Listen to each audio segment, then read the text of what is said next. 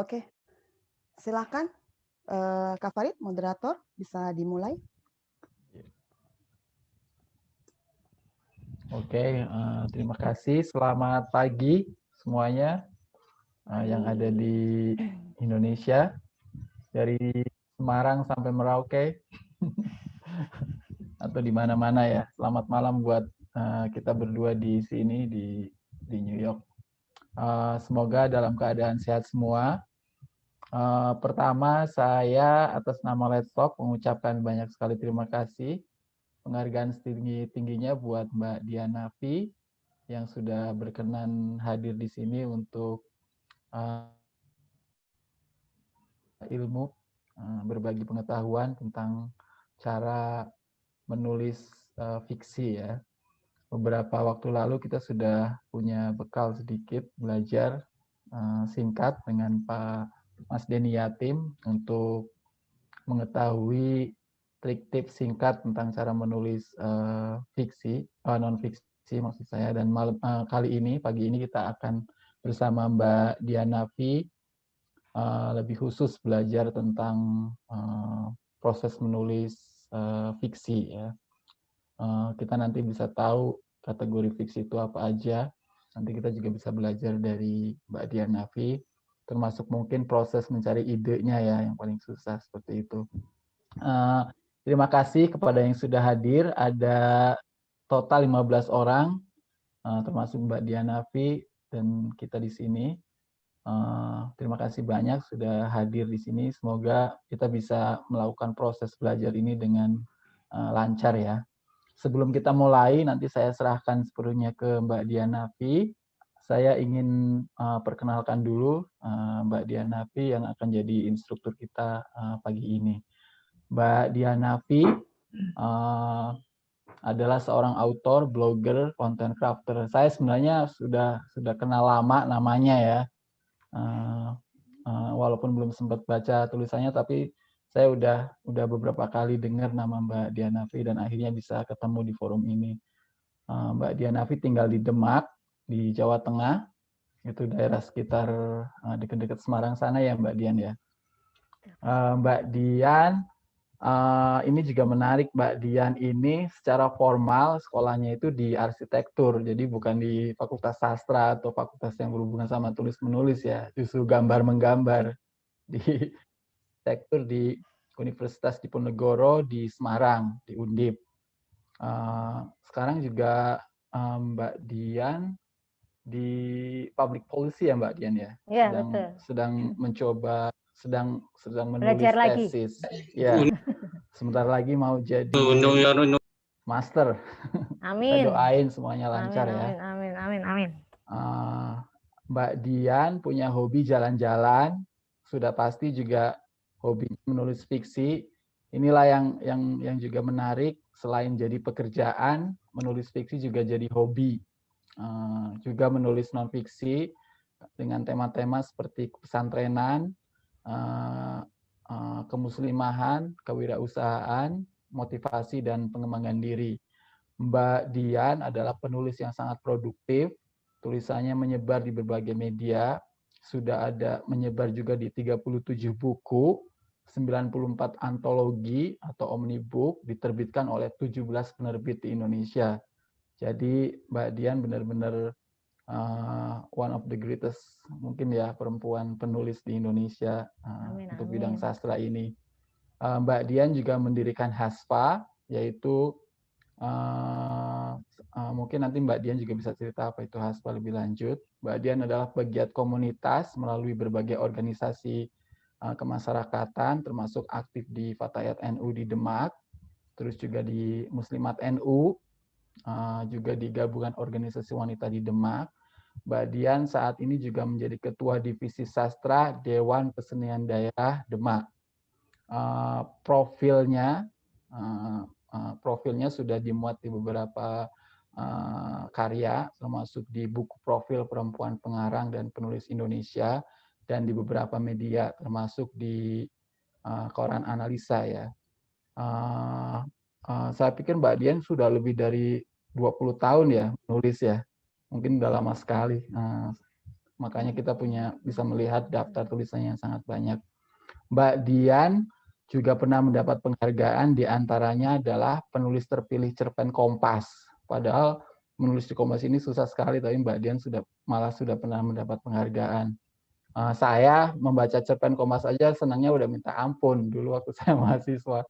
Mbak Dian malah bisa menulis. Mbak Dian juga seorang finalis fellowship di IBT Tempo. Itu di antara yang bisa saya sampaikan mengenai Mbak Dian. Mbak Dian adalah bagian dari keluarga kita di Let's Talk. Jadi kalau mau kenalan lebih lanjut, silakan kontak Mbak Dian langsung.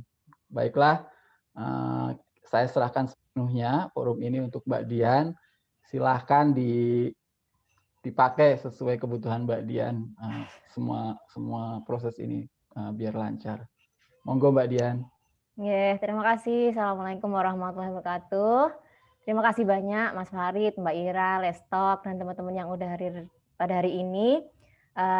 Ini kesempatan yang sangat berharga dan sebuah penghormat istilahnya media yang aku ingin bagi yang aku dapat dari guru-guruku. Jadi ada 3 disclaimer yang aku mau omongin di depan. Yang pertama, sebenarnya kelas ini harusnya minimal 6 kali pertemuan. Biasanya sampai 12 kali pertemuan. Kayak aku di Kompas itu belajar sampai 2 hari, di Mizan itu belajar 3 hari, di Plot Point di Wahana itu sehari, sama Mbak Dirstari sehari. Intinya seharusnya panjang, tapi karena ini pendek, maka aku berusaha sepadat mungkin dan seringkas mungkin. Nanti kalau ada yang kurang-kurang, teman-teman bisa tanya lebih lanjut. Yang kedua, sebagian materi aku dapatkan dari para guru-guru sebelumnya. Jadi nanti mungkin teman-teman bisa lihat bahwa itu ada bawaan dari guru-guru sebelumnya. Terus yang ketiga, sebenarnya kita belajar itu kan hanya pengetahuan dan teori. Tapi nanti walaupun nanti ada latihan, tapi kan sedikit. Keberhasilan kita nulis itu tergantung pada bagaimana kita praktek, gitu ya. Jadi itu disclaimer yang aku mau sampaikan di awal. Langsung aja mungkin aku punya 9 Mbak PPT. Semoga bisa semuanya aku bagiin di sini. Nah, yang pertama kita hari ini mau ngomongin tentang penulisan dan penerbitan fiksi ya. Teman-teman mau ngomong penulisannya dulu apa penerbitannya dulu? Penulisan dulu. Penulisan dulu, oke. Nah, teman-teman nanti langsung biar interaktif, langsung tulis di chat ya. Kenapa teman-teman merasa butuh menulis fiksi? Langsung aja ditulis di chat. Kenapa teman-teman menulis fiksi?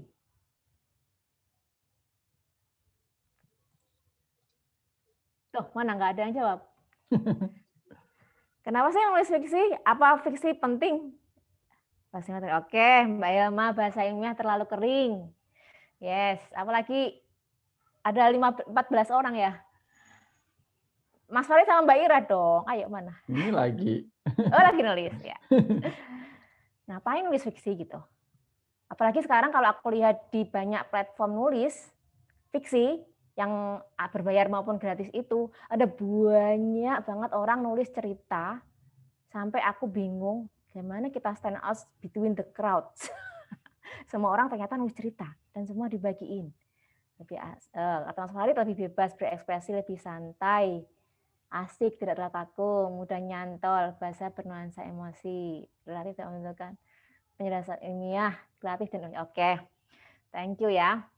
Nah, itu antara lain kita menulis fiksi. Kalau aku punya kredo, fiksi adalah salah satu cara untuk kita memeram segala sesuatu fenomena, peristiwa yang kita lalui untuk kita nanti bagikan ulang ke pembaca melalui sebuah narasi yang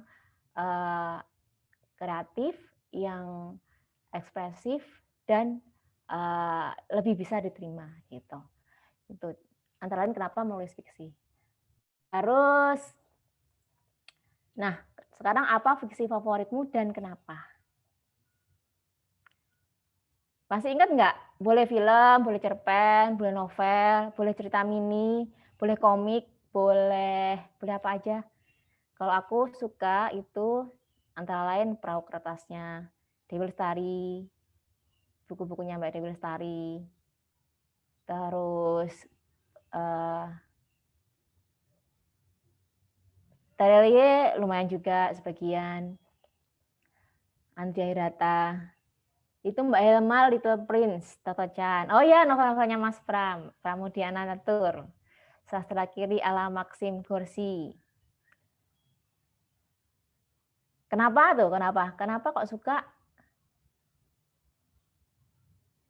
Bahasa Indonesia boleh, bahasa Inggris juga boleh. Fiksi Inggris boleh. Kenapa Mas Farid suka novel-novelnya Mas Pram? Suka tulisan perjalanan kayak buku Agustinus Wibowo ya, Nur Sarif Ramadan. Iya, karena cerita sejarah, terus detail, saya sukanya itu. Ceritanya sangat detail. Dan saya bisa membayangkan tokohnya seperti real, walaupun itu fiksi. Filmis ya, karena filmis ya, detail dan filmis. Oke, jadi itu kalau teman-teman mau belajar nulis yang bagus ya antara lain banyak baca tulisan yang bagus. Karena dari sana kita justru belajar langsung dan bagaimana para penulis itu menyiasati tulisan menjadi sebuah kisah yang menarik. Nah, kalau kita ngomong fiksi itu sebenarnya ada 3 jenis ya, ada yang mini, ada yang pendek, ada yang panjang. Nah, kalau fiksi panjang itu biasanya kita novela atau novel. Biasanya ada bagian eksposisi, di mana pengantar setting situasi tokoh utama, kemudian ada bagian komplikasinya, di mana mengenalkan konflik, terus aksi meningkat rising konflik sampai krisis, akhirnya klimaks, dan nanti ada penyelesaian serta biasanya ada moral value-nya.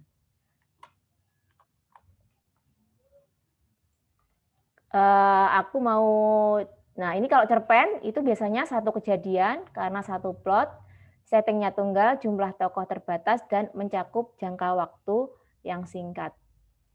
Kalau di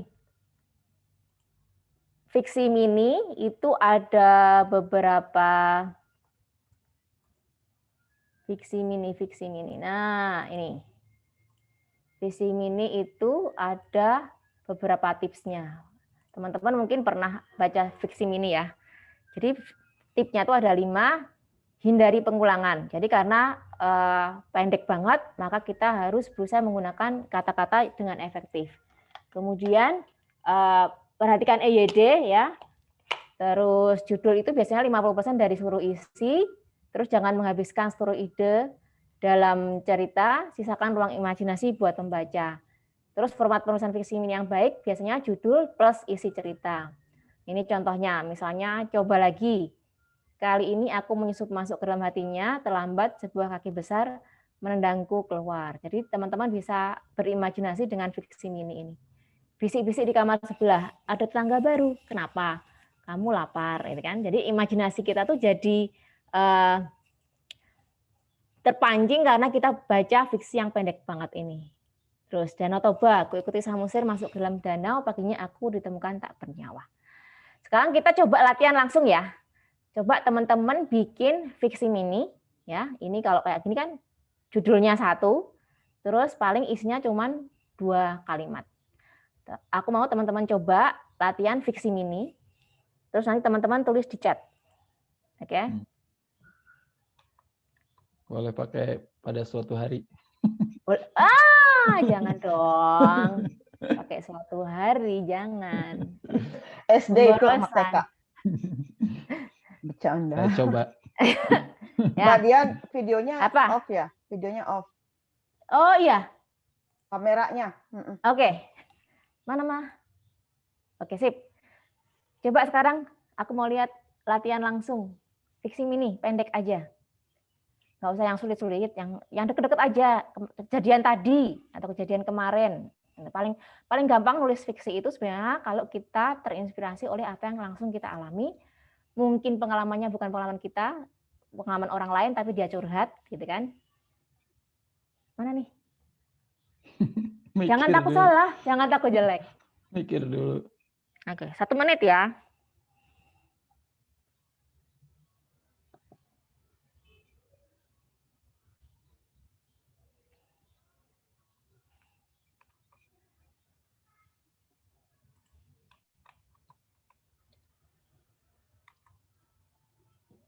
Ini rumusnya ya. Judulnya itu udah 50% cerita, terus isinya 50% ngelengkapin judul.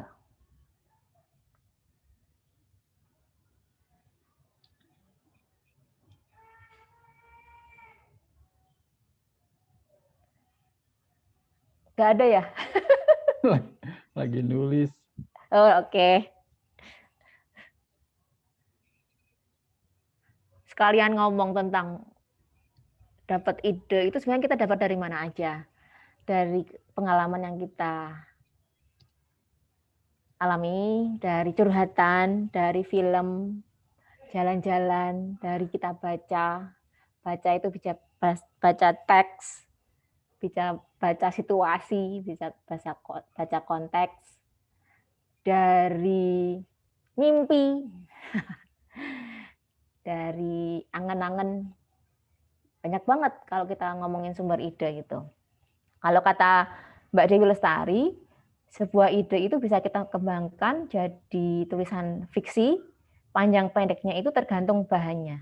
Jadi kalau dia mengumpamakan, misalnya kita punya bahan untuk bikin soto buat 1 rumah, tapi kita maksain bikin soto itu bahan yang hanya untuk 1 rumah itu kita bikin buat 1 kampung, rasanya pasti nggak bakal enak. Jadi nggak boleh maksain. Kalau misalnya cerita itu hanya bisa kita kembangkan jadi pendek aja, jadi kita nggak boleh memaksakan menjadi panjang. Jadi cerita panjang itu sebenarnya dia butuh bahan yang banyak. Jadi kalau kata Mbak Dewi tadi ada namanya the fittest idea. Jadi sebelum ide itu dikembangkan, kita harus cari mana sih the fittest idea, ide yang paling patut untuk kita kembangin jadi pendek atau panjang. Mana Mas Farid? Susah juga ya. Iya, Saya coba. susah. Nulis fiksi itu menurutku sebenarnya dia perpaduan antara, kalau ada orang kan ada yang bilang writing is thinking, nulis itu sebenarnya berpikir. Tapi ada juga yang bilang writing is feeling. Jadi kalau menurutku sebenarnya dia perpaduan antara kita merasa dan berpikir.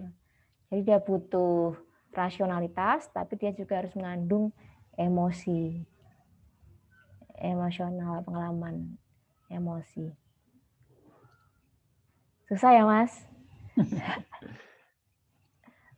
Oke, ore, Mbak Lili.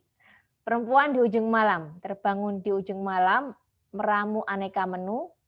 Saat fajar menyingsing akan dihantar ke rumah sawah tempat ia dan suami akan sarapan dan dilanjut makan siang. Yukiko, terdengar suara kucing dalam lemari buku ayahku. Ada kucing masuk ke dalam. Mungkinkah ia beranak di dalam? Itu judulnya Kucing Beranak ya, Mbak. Helma, cita-citaku. Saya suka sekali dengan dokter, tampak tulus, bersih, dan cantik atau tampan dan kaya. Sayangnya saya harus berdamai dengan mimpi karena kenyataannya saya benci matematika. Akhirnya saya tetap menjadi dokter, saya kuliah di psikologi. Saya akhirnya tetap mampu mencapai cita-cita saya, tapi menjadi dokter jiwa pasien pertama, yaitu diri sendiri. Wow, Mbak Elma, great. Mas Farid, California, tidak lebih 10 menit, Dani mendengar Asep mengajarinya cara membuat sushi. Pertama kali dalam hidupnya, sambil melihat tamu yang satu-satu mulai menempati tempat duduk di restoran itu, pikirannya bukan pada sushi, tapi pada tugas bapaknya. Jangan cepat-cepat ya Mbak Ciki, maaf. Oke, great ya. Ini dalam waktu singkat teman-teman udah bikin cerita, fiksi mini, kita tahu ada karakternya, ada tokohnya, ada dia melakukan aksi, ya kan? Terus kemudian di situ pasti ada konflik dan twist, kejutan, ya kan? Ada kejutannya. Tinggal, nah ini Mbak Ita, jujur atau batal? Posisi tempat biasa. Ada berapa orang di situ? 5 orang. Yang jujur dong. Saya membawakan sesuatu nih, tapi nggak jadi kalau kalian berlima. Kami cuma bertiga. Buruan bawa ke sini. Ya, sip. Jadi ini bagus-bagus loh. Lumayan banget ya. Jadi ada karakter, ada konflik, ada aksi, ada twistnya. Itu sebenarnya inti dari cerita tuh itu. Nah, tinggal semua namanya first draft is it. Draft pertama itu pasti busuk ya. Jadi kalau nulis tuh jangan takut intinya. Draft pertama tuh pasti jelek. Nah, nanti tinggal kita bisa refine, kita bisa revisi, kita perbaiki. Jadi misalnya Mbak Yukiko ngomong tentang kucing tadi, kita udah dapat temanya, udah dapat ceritanya apa, tinggal nanti dibikin, direvisi supaya cerita itu lebih bikin penasaran, kemudian dia lebih pemilihan katanya lebih efektif, kemudian dikasih judul, ya kan, gitu. Yang lain-lain juga gampang. Nanti teman-teman bisa revisi fiksi mini ini jadi lebih menggigit dan gitu ya. Itu tentang fiksi mini. Sekarang kita mau ngobrol tentang cerpen sama novel ya. Cerpen sama novel itu sebenarnya dia sama, mirip-mirip. Cuman kalau cerpen itu dia lebih pendek ya. Kalau cerpen itu biasanya satu kejadian, punya satu plot, settingnya tunggal, jumlah tokoh terbatas, waktunya singkat. Aku biasanya dapat ide cerpen itu karena ngalamin kecengklok atau istilahnya kaget atau epiphany atau reveal ya istilahnya kalau di novel itu sebuah kejadian yang bikin aku loh kok ngono gitu, aha moment istilahnya. Jadi misalnya aku kemarin aku bagikan waktu tahun baru ya Mbak kemarin ya, yang cerpen itu, yang The Young Man and the City. Mbak, sebelumnya maaf dulu nih Mbak, ini ada dari Raras nih. Iya, Raras. apa? Ini ada di chat nih Raras, coba deh. Mana. Tuh. Raras. Lupa. Oh lupa. Arik ya. Beberapa itu anaknya, mamanya Arik. Mamanya Arik. Mama Arik, lupa. Beberapa menit bolak-balik ke ruang tamu. Bolak-balik ruang tamu, dapur, nyari gunting kecil yang sudah aku pakai nggak nemu juga. Karena kesal nggak ketemu, akhirnya duduk di depan TV sambil nonton Upin Ipin. Saat nonton saya merogoh kantong dasarku, ternyata si gunting yang saya cari-cari tersembunyi di dasarku. Yes. Mama Arik nanti tinggal diramu supaya lebih efektif, ya kan? Terus ada lebih padat gitu. Tapi ini udah dapat bahannya, materinya, ya. Cari gunting, cari-cari nggak ketemu, ternyata di dalam daster. Cuman bahasanya Q itu jangan Q. Oh iya, nah ini Bahasa namanya kerapian. Aku dengar langsung dari Pak guru-guru di Kompas. Jadi kerapian kita menulis, EYD, kita bikin paragraf dan lain-lain, nyingkat kata dan lain-lain itu adalah salah satu cerminan dari penulis. Jadi kalau kata mereka, misalnya sama-sama nulis bahannya bagus, tapi kalau dia layoutnya cantik, orang bacanya lebih gampang, itu pasti akan lebih menarik dan dapat nilai lebih gitu. Jadi nanti kebiasaan aja sih sebenarnya, nanti semakin kita terbiasa nulis rapi, kalau kita nulisnya nggak rapi pasti kayak ganjel gitu. Nanti jadi biasain nulis rapi gitu ya. Terus, nah ini cerpen tadi aku balik ke sana. Waktu aku nulis The Young Man itu posisinya, kenapa aku terpikir nulis itu karena aku ketemu si cowoknya yang aku berharap bakalan kita engage lagi karena dulu pernah naksir aku, ternyata dia udah punya istri. Jadi berangkatnya dari situ, aha momennya aku dapat. Terus jadi satu kejadian itu adalah aku ketemu, aku punya harapan, tapi ternyata dia udah punya istri, ya kan? Terus baru cerita itu supaya dia ngehook istilahnya, menarik si pembaca untuk ngikutin kita dari awal sampai akhir, aku ceritain manis-manisnya gitu. Jadi flashback dulu. Jadi flashback tuh artinya maju mundur, akhirnya ketemu di klimaks, aku ketemu dan akhirnya twistnya ternyata aku kecewa gitu. Sebenarnya cerpen tuh kayak gitu. Terus aku nulis cerpen yang kemarin menang lomba di Kemenparekraf, itu juga karena satu kejadian sebenarnya. Jadi ada tamu datang ke rumah, dia cari barang yang katanya dititipin ke suamiku almarhum. Waktu itu dia udah meninggal beberapa hari. Terus aku cari-cari barangnya, siapa tahu ada tapi ternyata nggak ada. Tapi aku menemukan sesuatu yang selama ini disembunyikan suamiku dalam lemari. Aku nggak tahu. Dan itu ternyata aku menangkapnya bahwa itu ternyata sebenarnya ajiannya selama ini. Gitu. Jadi berangkat dari situ. Dari aha momen. Iya. Apa tuh? Ajiannya apa tuh? Ajiannya baca bukunya ya. Jadi aha momen yang kayak gitu itu meletek kan di kepala kan. Nah, tinggal kita ngeramu supaya aku sampai ke sana, sampai ke aha momen itu, aku mesti bikin si pembaca ini tertarik dari depan, gitu. Tapi dia penasaran dulu. Aku kasih clue dikit, namanya foreshadowing ya. Foreshadowing itu kita ngasih bukaan titik gitu, neng ngarep, biar orang penasaran. Tapi nggak kita buka semua, bukanya di belakang gitu. Terus bikin yang istilahnya orang dibikin apa ya, naik turun gitu emosinya, pikirannya, apa istilahnya roller coaster ya. Kayak roller coaster. Ya, roller coaster, betul, roller coaster itu apa istilah yang tepat. Jadi supaya orang tuh tarik ke belakang, terus dia ngalamin yang namanya emosi itu di bolak-balik gitu. Terus terus yang aha momennya itu kita taruh di belakang. Tapi di cerpen ini kalau teman-teman ini karena dia pendek ya, nggak panjang, kita nggak bisa basa-basi di depan terlalu lama. Karena kan kita punya cuma 6 sampai 10 halaman tuh. Kalau kita terlalu lama di depan basa-basi nggak bakal nyandak sampai belakang gitu. Dan tujuannya supaya lebih dekat ke klimaksnya, si pembaca itu dia langsung ketarik ke konflik yang kita mau sajikan. Jadi pendek itu padat langsung gitu ya. Nah, ini aku bilang kita pakai teknik ya, pakai rasa tapi ada emosinya dan harus banyak praktek. Nah, ini story arc itu drama 3 babak yang sering dipakai di cerpen ataupun novel. Jadi kita ada titik berangkat, kemudian dia ada insiden, artinya triggernya peristiwa yang membawa cerita ini mengalir, kemudian rising konflik artinya konfliknya meningkat, terus akhirnya nyampe ke klimaks dan nanti ada denouement resolusi.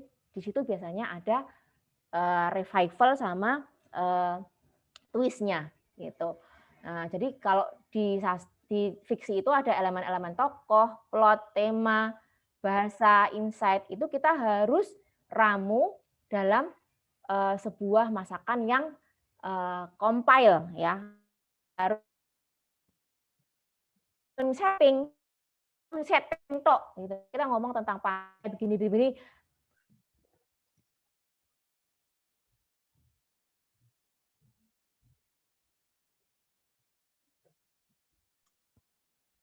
Halo, ini Mbak Frozen Dian. ya? Frozen deh. Mbak Dian. Ya, Frozen. Sepertinya sinyalnya. Ya, halo? Ya, halo. Mbak. Welcome back. Sip. Masihkah? Ya, sip. Tadi sempat Frozen. Lanjut, Ya, Mbak Dian. Stop recording, oke. Oke, lanjut. Monggo. Halo, Mbak. Sip. Aku matiin videonya aja ya, biar nggak nge-froze. Oke. Iya, video itu soalnya makan ini deh. Freeze ya. Jadi buat Iya, nggak apa-apa ya, nggak pakai video ya. Apa-apa. Oke. Ya, koneksinya mungkin jelek. Iya, jelek. Kalau ini aku kalau kuliah aja videonya tak matiin, Mbak. Oke, tadi kita sampai mana ya? Belum kemana-mana ternyata ya. Masih banyak banget ya. Jadi kalau kita misalnya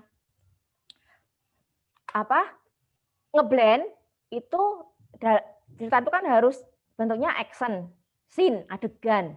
Jadi bukan bukan Mbak Ira baru belajar ke perpustakaan, nggak kayak gitu. Jadi Ira istilahnya kita meramu itu dalam bentuk adegan sehingga si pembaca itu bisa kayak ngelihat film, dia ngelihat langsung, dengerin langsung, bisa meraba tekstur yang ada di cerita, bisa membawi sesuatu yang ada dalam cerita gitu, pakai 5 sense kita ya.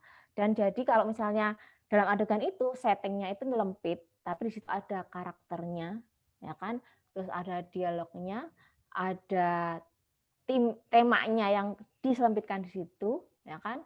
Jadi ya ini butuh keterampilan sebenarnya, tapi teman-teman pasti bisa. Nah, kalau cerpen itu pendeknya sekitar 7.500 kata, nggak kurang dari 1.000 kata. Nah, supaya tetap pendek, harus 1 episode dalam kehidupan ya. Terus strukturnya sederhana, awal, tengah, akhir, mulai cerita sedekat dengan akhir. Nah, unsur intrinsik, kita di pelajaran bahasa Indonesia ada, jadi tema, latar, alur itu biasanya ada di situ. Nah, ini aku punya rumus sih. Jadi, kita punya konsep, ceritanya itu tentang apa, kemudian konteks itu artinya yang tadi itu yang kita mau konten itu artinya value yang kita mau bagikan, moral dan lain-lain segala macam.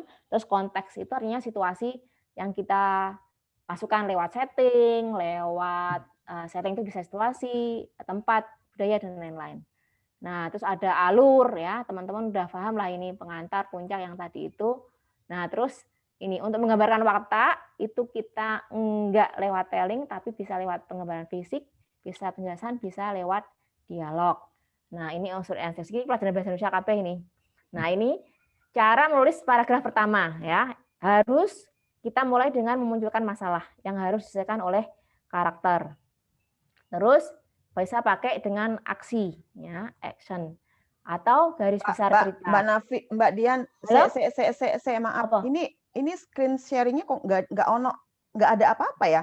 Wes blank. Kelihatan? Black. Hitam. Wes hitam. Ireng. Oke, ireng. Kenapa ya? Nggak ngerti ya.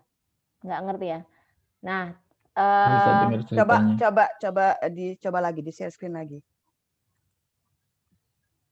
Aku screen share yang lain aja. Ada 9 PPT soalnya, Mbak. Nah, untuk karakternya. Mbak. Wes. Udah. Nah, cerita itu sebenarnya adalah tokoh utamanya menggerakkan cerita karena dia memiliki tujuan, sehingga dia melakukan aksi untuk mencapai tujuan, di mana aksi ini yang diikuti oleh pembaca atau penonton. Ini sekaligus kita ngomong selain cerpen, ngomongin novel ya. Nah, di fiksi itu ada antagonis yang menghalangi protagonisnya. Nah, tujuan itu bisa bersifat konkret, kebendaan, bisa berupa abstrak. Mungkin teman-teman sambil ngebayangin aja ya. Rencananya aku sih pingin hasil dari kita nulis ini nanti kita bikin buku, Mbak. Masing-masing bikin cerpen. Kalau bahannya pendek, kalau misalnya agak panjang mungkin ada yang mau nulis novelnya nggak apa-apa. Nah, pengennya gitu Mbak, tujuannya itu sebenarnya begitu. Iya, yang kemarin juga yang sama Mas Denny juga sebenarnya pengennya harus ada keluarga laptop. Aku bilang harus ada bagian ngedit. Nanti aku cariin editor. Dan penerbit ya. Kalau Mbak Dian mungkin udah punya jadi koneksi. Kan aku nanti tawarin. Jadi aku nanti tawarin ke penerbit. Terus kalau mereka cocok kan nanti mereka yang nyediain editornya. Gitu. Jadi kita mungkin edit di awal sih. Nah, terus tujuan itu memiliki alasan kan? Alasan itu ada dalam karakterisasi. Karena manusia itu pasti punya sifat, punya kegemaran, punya ciri fisik, punya motivasi, ya kan? Nah, ini misalnya kalau misalnya seorang berasal dari keluarga seperti apa gitu kan, beda lingkungan, dia punya traumatik dan segala macam, itu pasti dia outputnya ke sifat, kegemaran, cara menyikapi sesuatu itu akan berbeda. Nah, bagian yang input ini kadang-kadang tidak perlu masuk ke dalam skrip, tapi yang kita sajikan dalam adegan, scene, itu tentang sifatnya, cara dia marah, cara dia sedih, itu ada di cerita. Nah, setiap karakter pasti punya ciri yang khas ya. Ada istilah sebuah karakter lahir jauh sebelum film atau novel dimulai supaya ia bisa terus hidup jauh setelah film selesai. Nah, tips karakterisasi dia unik namun dekat dengan pembaca atau penonton. Artinya, oh tentang aku tuh ada yang nggak gitu tuh. Tapi kok ini kok lain ya, gitu. Ada sesuatu yang kita tambahin. Terus kita harus punya wawasan tentang memori kolektif penonton atau pembaca. Ya ini memang apa istilahnya? Mungkin orang-orang ada lah istilah stereotip itu kan. Nah, itu kita punya wawasan tentang itu. Kemudian hindari karakter terlalu sempurna, karena manusia pasti punya kelebihan dan kekurangan. Terus buat penonton, pembaca, jatuh cinta bukan hanya pada kelebihan, tapi juga kekurangan. Nah, ini kalau karakter melakukan aksi untuk mencapai tujuan, dia akhirnya akan membuat cerita itu berjalan. Nah, maka kalau di novel, itu pasti ada perubahan dalam karakter. Kalau di cerpen, biasanya tidak, karena dia pendek kan, cuma satu kejadian kan. Paling dapatnya dia kayak epiphany, aha moment, insight. Kayak misalnya orang dibikin patah hati, terus dia mikir, oh ternyata yang aku selama ini kasih trust nggak selalu gitu, membalas dengan itu namanya kan kayak epiphany gitu ya, ada insight gitu. Kalau di novel karena dia panjang, karena dia dibenturkan dengan berbagai konflik, sepanjang cerita dia akan mengalami perubahan. Nah, perubahan itu bisa kasat mata, fisik penampilan, bisa tak kasat mata. Mbak Dian, maaf, interrupt. Maaf, Ya. aku interrupt dulu. Ini kayaknya Ita kesulitan nih kalau Mbak Dian cepet-cepet. Aku biasa 2 kali nonton YouTube soalnya. JBI-nya, kasihan. Iya. Pelan-pelan Mbak, nggak aja. harus persis aku, Mbak. Kamu interpretasi sendiri. Susah ya? Ya, oke.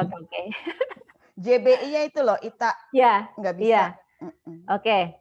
Nah, konflik itu ya harus ada dalam cerita. Kalau dalam cerita nggak ada konfliknya, itu bukan cerita. Kalau kita di kehidupan nyata, itu harus menghindari konflik kan. Tapi kalau kita mau bikin cerita fiksi, harus cari konflik. Makanya kalau kita lihat ada tweet war, gitu, ada hal yang konflik gitu, itu bahan banget gitu. Ada orang gibah gitu ya, ada curcol gitu, itu bahan banget. Psycho juga ya ternyata penulis ya. Nah, karena ada konflik, maka usaha mencapai tujuan itu pasti mendapat rintangan. Supaya konfliknya kuat, harus ada tenggat waktu yang harus dipenuhi. Jadi waktunya mepet. Kalau kita nggak lakuin itu besok, rumahnya bakal diambil. Gitu. Kalau kita nggak beraksi ini, maka taruhannya ini. Gitu. Ada waktunya, tenggat waktu yang kita tentuin gitu ya, supaya konfliknya kuat. Kemudian ada pertaruhannya, stakes. Semakin besar pertaruhan, maka konfliknya semakin kuat. Terus gangguan yang menimbulkan konflik itu bisa dari hal kecil yang kemudian menciptakan konflik yang besar, gitu ya. Nah, terus pertaruhan itu kalau di novel dia bisa lebih dari 1 kali dan harusnya semakin tinggi. Nah, di novel itu tuh gitu, kita si tokohnya menghadapi sesuatu dia ngambil action aksen gitu kan, tetapi justru aksinya itu memperparah situasi gitu loh. Jadi pintar-pintarnya kita bikin si tokohnya itu semakin terjebak dalam kesulitan. Gitu. Jadi konflik membuat pembaca penonton bertahan duduk di kursi, penyelesaian konfliknya membuat penonton berdiri dari kursi dengan bahagia. Itu tentang karakter ya. Terus sekarang langsung praktek nih kayaknya ya. Harus teman-teman coba tulis 1 karakter. Ini kan kita dalam rangka mau nulis buku bareng. Jadi teman-teman akan bikin cerpen. Teman-teman tulis siapa karakternya. Dia mau no. Karena ini bukan novel. Latihan nulis karakter aja kali ya. Mbak Dian boleh nanya nggak sebentar? Boleh. Ya, sebenarnya kalau nulis cerpen itu harus selalu dimulai dengan membuat outline nggak sih? Beda sama nulis misalkan non-fiksi. Pakai outline tuh bagus. Hmm. Jadi pakai outline lebih bagus karena kita udah kebayang satu cerita full dari awal sampai akhir. Gitu ya. Karena kalau misalnya kita tanpa outline itu bisa kemana-mana. Jadi kalau ada istilah namanya start from the end, mulai dari akhir, gitu. Oke. Jadi harus bikin outline supaya sepanjang 6 sampai 10 halaman itu kita nggak kemana-mana. Gitu. Iya, ini penting soalnya kalau di kepala saya selama ini yang biasanya cuma nulis non-fiksi, outline itu nggak berlaku di penulisan fiksi, tapi ternyata enggak. Tuh, ya. menarik juga. Karena mempermudah ya. Karena kalau dengan outline itu kita udah separuh jalan sih sebenarnya.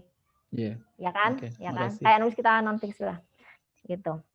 Nah, kalau misalnya kita mau bikin cerpen ataupun novel, fiksi lah ya, kita tuh sebenarnya mau menyampaikan value juga gitu. Maka aku dapat dari Maxscript. Jadi dalam bentuk cerita kita perlu membangun opini. Ada 3 jenis klaim. Ada yang namanya value claim. Jadi apakah sesuatu itu baik atau buruk atau bahkan lebih baik dari hal lain. Misalnya penyelesaian isu pemanasan global saat ini lebih penting dari isu lingkungan lainnya. Itu namanya value claim. Ada yang namanya truth claim. Pernyataan yang berkaitan apakah hal ini menjadikan suatu atau tidak. Contohnya, 11% populasi dunia rentan terhadap perubahan iklim yang ekstrim. Terus ada namanya policy claim. Pernyataan menyatakan kondisi tertentu wajib ada atau tidak, boleh dilakukan atau tidak dilakukan. Misalnya, sebaiknya anak muda dilibatkan dalam usaha penanganan pemanasan global. Ya, ini anak-anak yang non fiksi, anak-anak riset yang biasa pakai apa namanya klaim-klaim gitu, pasti seneng nih karena dia pendekatannya pakai klaim-klaim gini kan.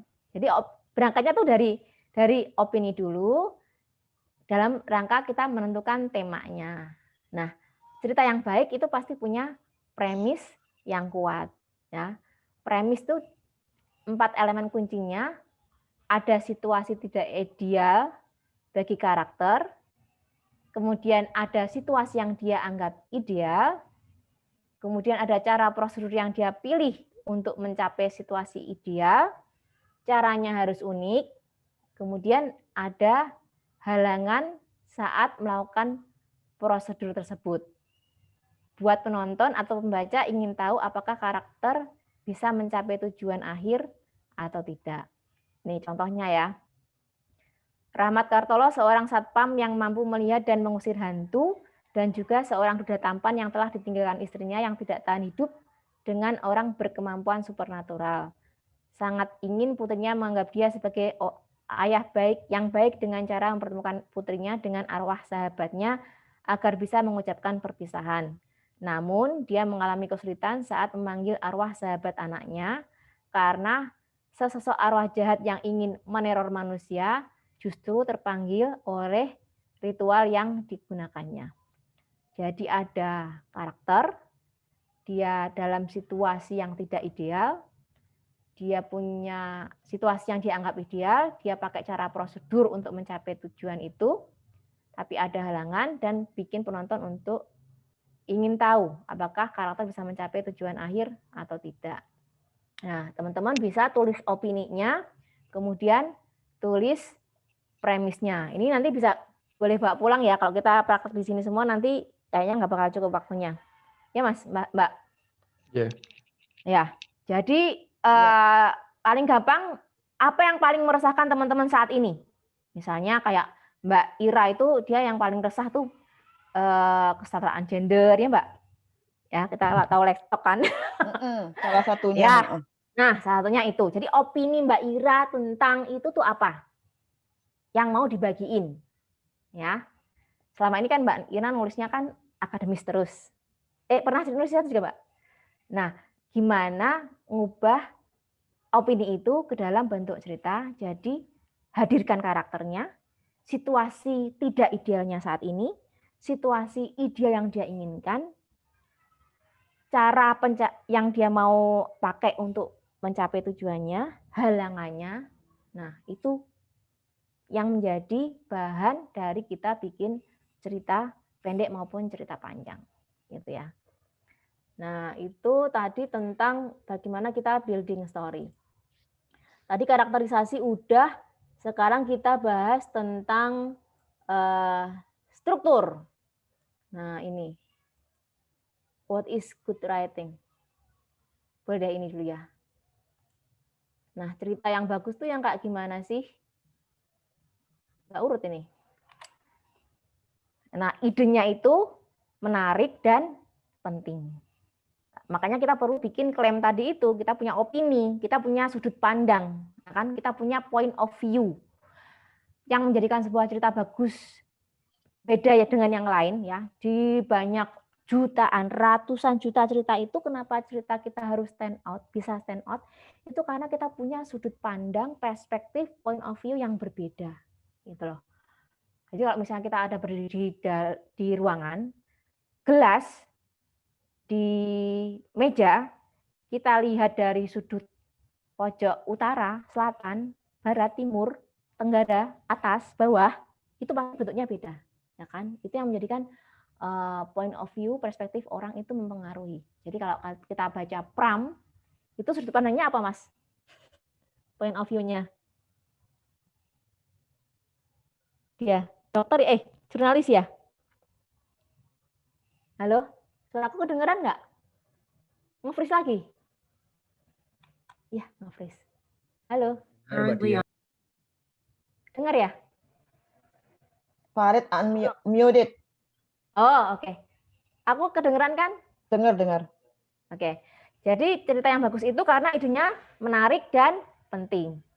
Kalau menarik tok nggak penting, ya bagus. Tapi lebih bagus lagi kalau dia menarik dan penting.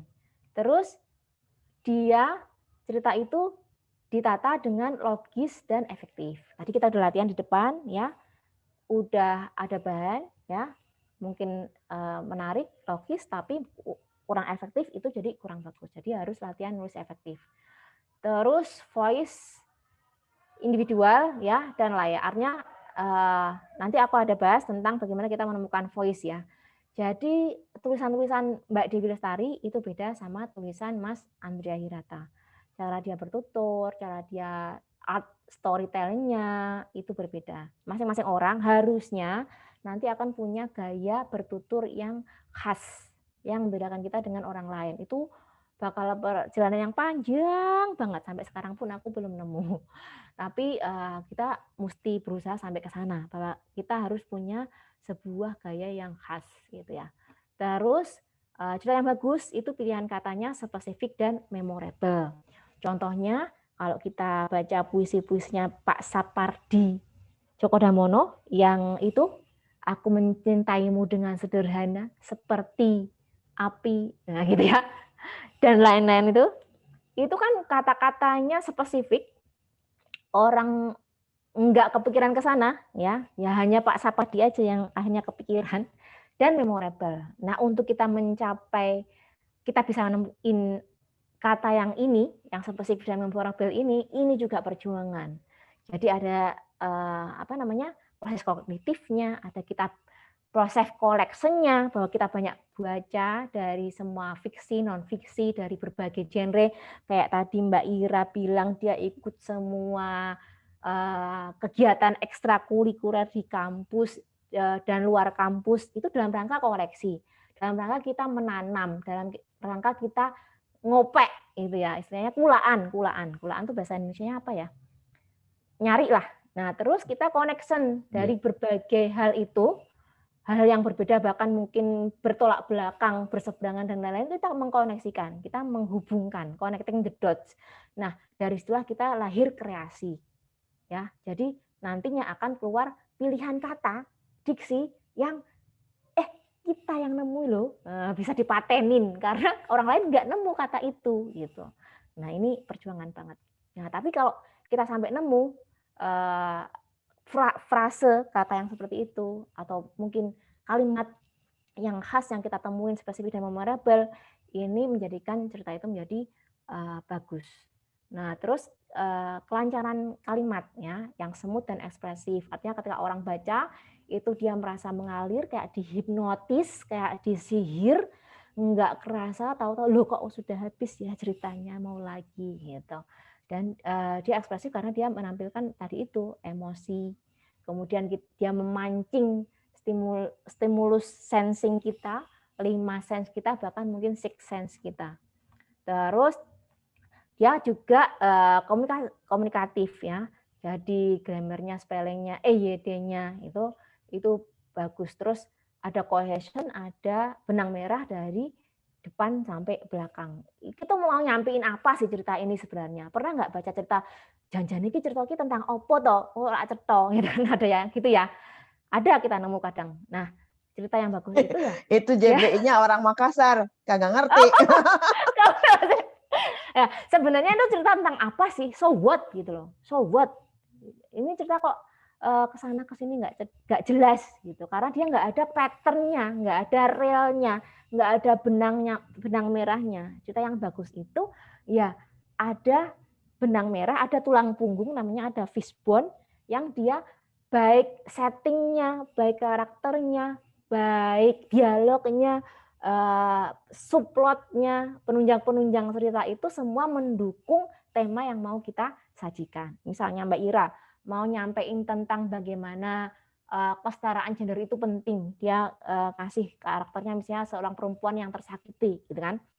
Nah, sub-sub cerita yang di luar itu, yang mendukung itu, settingnya bahkan dan lain-lain, itu dia dalam rangka memperkuat indeks dari temanya gitu.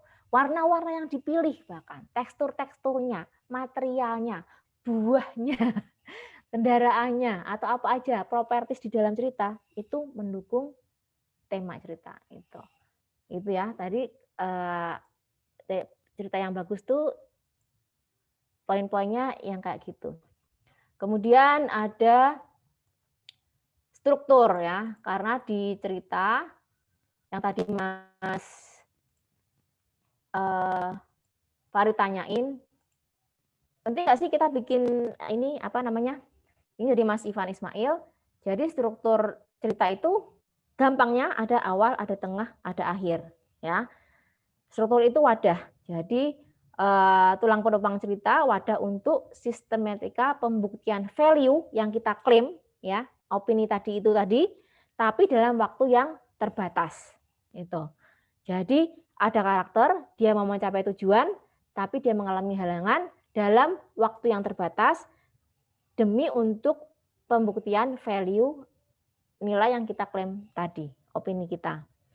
Nah, waktunya terbatas.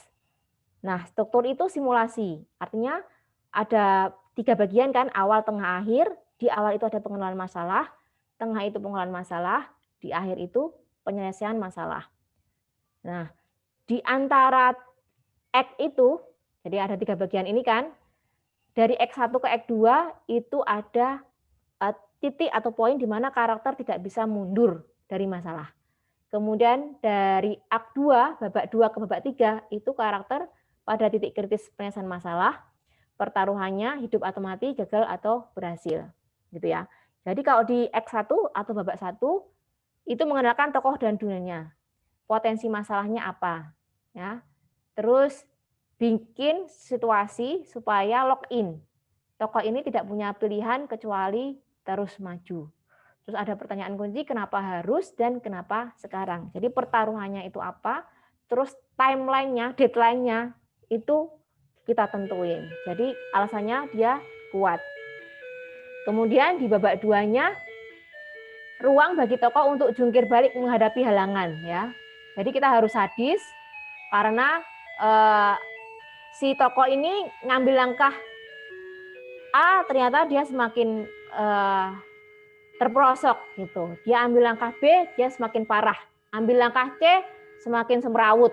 Nah, gitu sampai klimaks. Nah, terus di babak 3 itu si tokoh menyelesaikan masalah, ya, tetapi dia masih harus mengalami pleset. Nah, di situ ada twist, ya. Kemudian ada akhirnya, ada final image-nya di mana dia berhasil atau enggak. Nah, di struktur ini pun kita harus punya skill ya. Jadi ada yang disebut kausalitas, sebab akibat. Enggak boleh adanya deus ex machina, artinya ujuk-ujuk atau tiba-tiba si tokoh mendapatkan penyelesaian. Jadi harus ada kausalitasnya, ada sebab akibatnya. Kemudian ada yang disebut setup, expectation, payoff. Kemudian ada obstacle. Jadi karena A terjadi B sehingga harus melakukan C, karena melakukan C akibatnya D gitu ya. Jadi bukan kejadian itu berlaku secara tanpa ada sebab akibat, nggak bisa. A terjadi lalu B terjadi itu nggak bisa. Jadi harus ada sebab akibatnya. Kemudian ada setup, ada expectation, ada payoff. Ini yang 3 babak tadi itu, 3 bagian. Jadi setupnya apa, kemudian harapannya apa, payoff-nya apa. Membangun harapan untuk dipenuhi atau dibuat ambiar, terserah kita, asal paham resikonya. Misalnya, itu kenapa cangkir kopi diliatin mulu ya? Mungkin ada hubungannya tuh cangkir kopi sama kasus ini. Anjir bener kan, itu tempat racunnya gitu. Atau contoh, ibu tua itu memakai komputer, kasihan, pasti bingung dengan teknologi modern. Ternyata payoff-nya, buset, ibunya lagi ngehack gitu. Itu cara-cara. Nah, obstacle tadi kita tahu hambatan yang mengungkap karakter. Jadi di reveal ada si tokoh ini akhirnya ketahuan karakternya setelah dia mengalami hambatan. Jadi kalau kita misalnya kita sedang ujian ya, karakter yang jujur pasti dia berusaha mengerjakan sendiri gitu kan. Kalau karakter yang jujur dia cari kepean gitu. Obstacle itu sebenarnya mengungkap reveal karakter tersebut. Nah, struktur itu harus dramatik ya. Jadi ada pengenalan, ada rising action, ada krisis, klimaks, kemudian ada resolusi. Nah, terus ada beberapa rumus yang diberikan oleh beberapa pendahulu. Ada 15 bit dari Beck Snyder, ya, ada opening image, ini ya, ada 15 step stage. Itu terus ada 8 sequence Paul Joseph Gulino. Jadi di act itu ada gelagat masalah, terbentuknya keinginan, tapi tokohnya kemudian gagal dengan cara biasa, terus ada komplikasi masalah, terus dia ngalamin klimaks pertama atau midpoint, terus ada keberhasilan semu, terus dia pembelajaran karakter, sehingga pilihan karakter yang akan menentukan ending atau value. Terus kalau Joseph Campbell, dia punya rumus Hero's Journey. Jadi tokoh itu tadinya ada di dunia yang biasa, dia mengalami panggilan untuk dia penjelajahan, kemudian dia ketemu mungkin teman yang membantu atau musuh ya, sehingga dia mengalami berbagai petualangan dalam perjalanan itu, sehingga dia ada revelation, artinya dia terungkap karakternya, ada transformation, dia berubah sampai dia kembali lagi ke dunia awalnya, tapi dalam bentuk karakter yang sudah A-aksen. Nah, ini step-stepnya di Hero's Journey. Nanti teman-teman harus belajar sendiri yang lebih detail tentang ini. Nah, struktur ini yang tadi itu sebenarnya dipelajari sebagai dasar ya. Karena kalau pakai analogi arsitek, struktur itu ibarat ilmu fisika mekanika yang harus dikuasai untuk kita bisa berkreasi lebih jauh. Jadi kalau misalnya bangunan itu bebannya sekian, berarti pondasinya harus sekian. Itu struktur apa ya? Tapi keahlian dan kecakapan adalah kunci. Ketika kita sudah tahu ilmunya, kita bisa terabas sebenarnya, karena kita nantinya akan punya inovasi-inovasi, gitu kan. Terus pertimbangan selain konsultan, artinya kita bisa pakai gayanya Beck Snyder, Frank Daniels, Campbell dan lain-lain. Itu bisa buat latihan aja. Tapi selanjutnya kita bisa pakai, mungkin kita nemuin teori sendiri, gitu. Untuk bikin fiksi itu kayak gimana sih menurut kita, gitu ya. Nah ini sekarang take away-nya. Tadi kan teman-teman ini untuk kita bikin cerita yang agak panjang ya. Ada 8 bagian kan. Jadi bagian pertama, teman-teman ada bawa kertas sama pulpen enggak? Bagian pertama, menentukan karakter, kemudian intro atau perkenalannya, terus insidennya, artinya kejadian yang men-trigger cerita ini lebih lanjut, konfliknya. Terus bagian kedua itu ada dilema, di mana tokohnya itu harus mengambil sebuah aksi karena waktunya mepet, karena ada yang dipertaruhkan, dia decision. Kemudian di bagian 3 ada journey begin, artinya konflik itu dia terus naik ya. Kemudian ada challenge, ada fast victory, itu ketika si tokohnya mengalami kemenangan tapi palsu, kemudian point of no return, ada big problem ketika halangannya semakin besar, kemudian dia mengalami posisi yang paling bawah. Nah, biasanya di cerita itu yang terjadi saat klimaks, kekuatan tokohnya itu justru menjadikan dirinya kalah atau lemah. Misalnya, tokoh yang sombong karena dia kaya raya atau cantik ya, cantik lah. Di klimaksnya itu, kecantikannya itu yang justru bikin dia terpuruk. Gitu. Atau misalnya teman-teman bisa berkaca, bercermin dari kejadian diri sendiri, ya pasti pernah ngalamin, punya keyakinan terhadap sesuatu, kekuatan teman-teman, tetapi kemudian kekuatan itu justru dipatahkan, gitu. Itu namanya rock bottom. Kebayang nggak? Ada nggak? Coba ingat kejadian. Banyak. Ada ya? Banyak. Nah, itu berarti bahannya jadi cerita yang banyak banget. Oh, ada revival. Revival itu artinya pengungkapan. Kalau contoh di cerita ini harus pakai ini sih, harus pakai contoh sih. Jadi teman-teman nonton The Oz Kak? The Oz. Nonton nggak? Power apa itu? Nah, yang nonton sama-sama nonton apa ya? Jadi kalau di The Oz itu kan dia ceritanya si penyihir yang sombong gitu kan. Terus di akhirnya dia biasanya selfish. Dia biasanya apa namanya? Selfish itu apa? Mementingkan dirinya sendiri gitu. Ketika dia mengalami egois.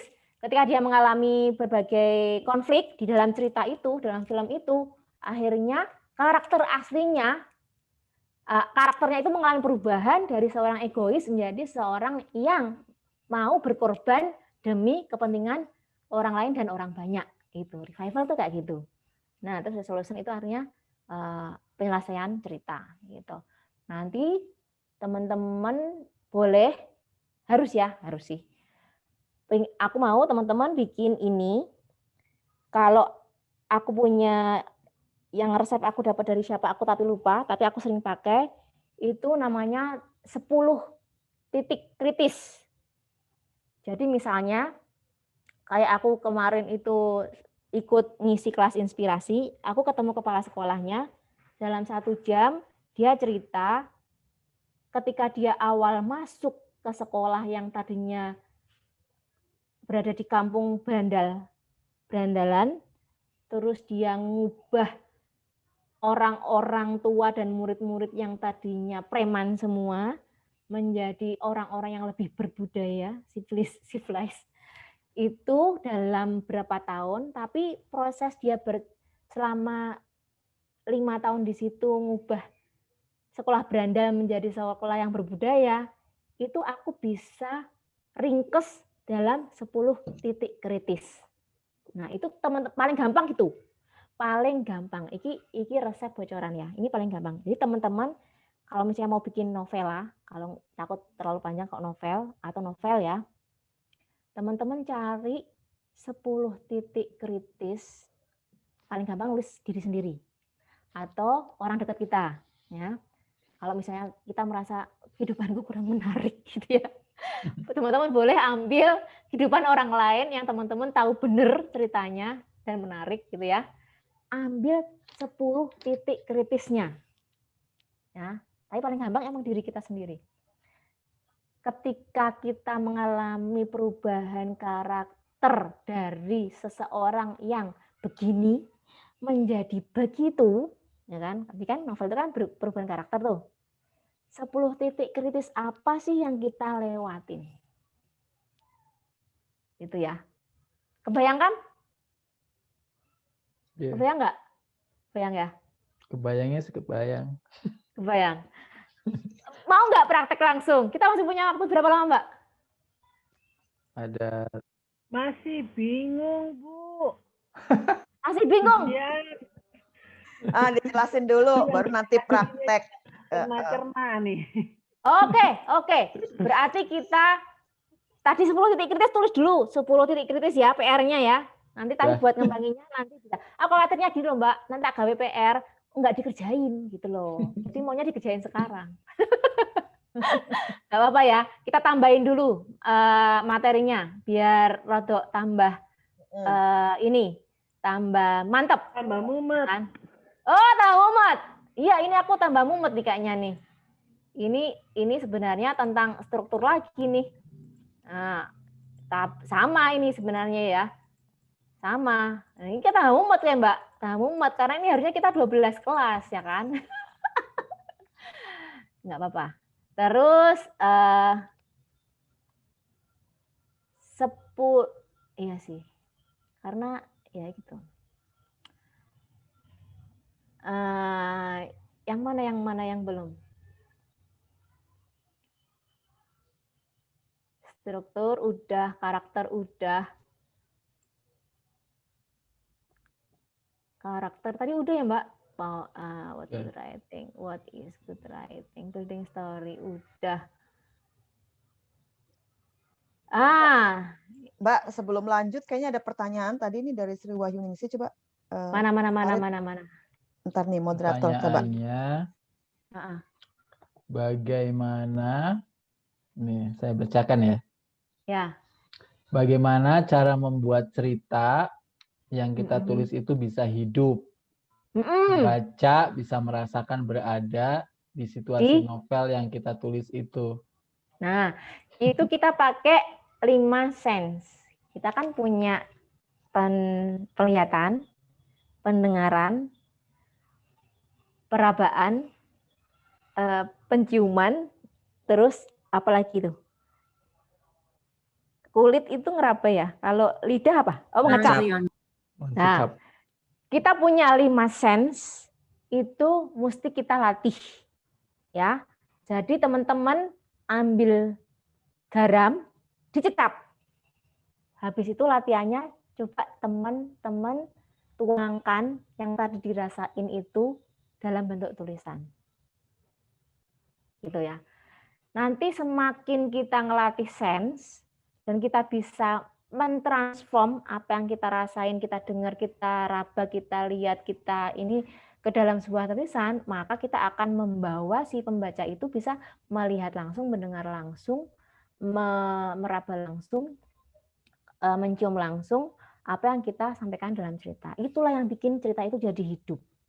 Karena dia membangkitkan sense dari manusia, karena yang sebenarnya kan kita sense-nya tuh sama tuh manusia tuh. Kita tuh menstimulus supaya dia naik gitu. Tahu nggak? Tahu nggak?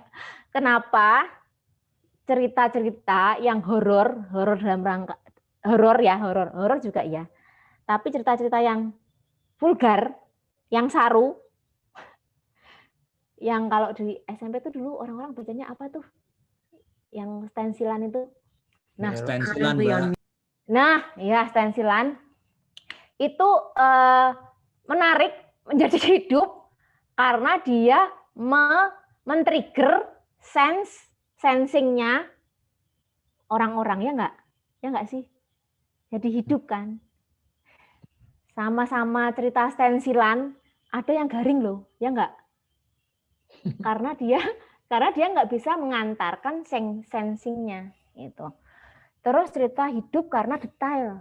Nah, yang tadi Mas Farid bilang itu, karena detail dia jadi kita mikroskopik. Jadi pikiran kita dibikin hidup, gitu kan? Dibikin imajinasi, dibikin membayangkan. Kemudian cerita hidup filmis juga selain sensing ya, cerita itu menjadi hidup kalau dia membangkitkan dan menggugah emosi. Jadi aku kadang-kadang dapat email, inbox, DM itu dari pembaca, Mbak aku baca cerpenmu toh nak sampai nangis. Itu karena waktu aku nulisnya juga sambil nangis. Karena waktu aku dengar curhatannya orang yang aku ambil inspirasi ceritanya, si pencerita itu juga sambil nangis. Jadi emosi yang kita dapatkan berikut dengan ruhnya, ternyata itu dia nular ke pembaca. Gitu. Jadi upayakan teman-teman punya tadi itu kepekaan buat menerima, menyerap ruh dari cerita, kandungan emosionalnya, kemudian bisa menuliskannya. Ya, paling gampang itu sebenarnya dengan penuh kejujuran, artinya apa yang kita rasakan itu yang kita tuangkan. Nah, itu biasanya dia akan nyetrum ke pembaca. Gitu. Harus praktek sih. Kalau ngomong gampang banget. Mbak, ngomong. ini ada contoh tulisan dari Mbak Lili, bisa dianalisa kali Mbak. Oke. Waktu menunjukkan pukul 1.15, aku masuk ke ruang lobi. Lega rasanya, aku lihat ibu-ibu duduk di sofa. Aku jadi berat hati membuat ibu menunggu aku pulang hingga larut ini. Saat hendak menghampiri, ini beranjak lebih dulu menuju lift. Bergegas ke susul. Di dalam lift aku bertanya, ibu sudah tadi menungguku? Ibu tak menjawab, perhatikan wajahnya sangat pucat. Ibu baik-baik aja? Apakah aku ibumu? Wajah pucatnya kian memutih. Matanya berubah merah. Lututku tiba-tiba bergetar saat tombol dalam lift yang kutekan tak ada. Iya, bagus banget. Iya. Keren loh, Mbak. Siapa nih? Mbak Lili. Iya, Mbak, ini udah hidup banget. Ini udah hidup. Karena kamu ini scene kan, adegan kan, action kan, bukan tell, show. Jadi orang tuh melihat kamu berjalan, melihat kamu menghampiri, terus melihat kamu khawatir gitu kan. Nah, wajahnya pucat, kian memutih, matanya berubah merah. Ini juga bentuk show. Jadi cara penggambaran yang filmis, ya. Ini bagus banget, hidup banget, ya. Berasa horor ya, berasa horornya ya, horor karena horor. Apakah aku ibumu? Wajahnya kian. Oh iya. Aku sih tadinya bayangkannya, misterius gitu ya. Bedanya tell dan show gimana? Nah, show itu adalah si tokoh itu bergerak, artinya dia melakukan aksi. Kalau tell, kita meminjam naratornya menyampaikan gerakan tokoh. Cukup jelas nggak Mbak Emma? Jadi kalau tell, itu naratornya,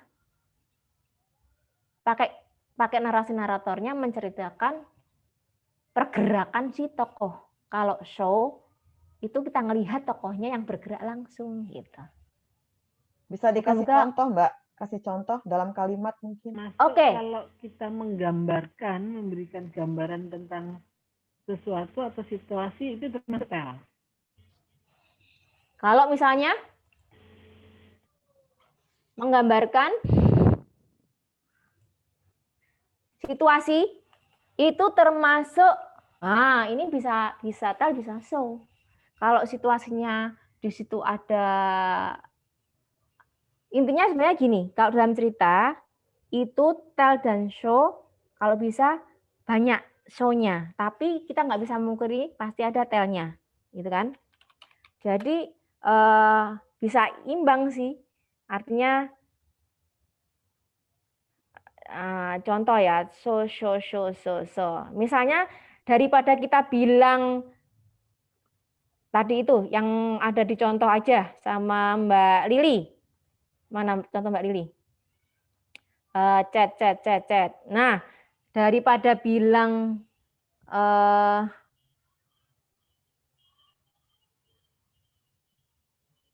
nih, misalnya apa ya contohnya? Misalnya daripada bilang si Mbak Ira sedih, gitu kan? Mbak Ira sedih itu tell. Kalau show berarti kita mengadegankan kesedihan Mbak Ira itu seperti apa, gitu. Air matanya mengalir. Terus sedih itu kayak gimana, Mbak?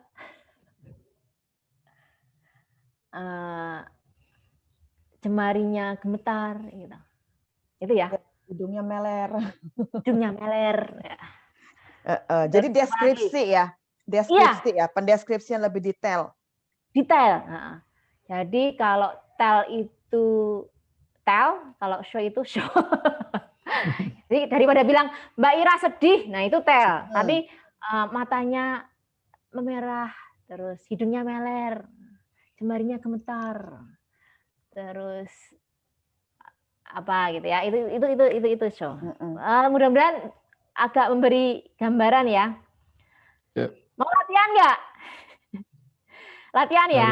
Harus latihan. Harus latihan. Oke, latihan. sekarang latihan.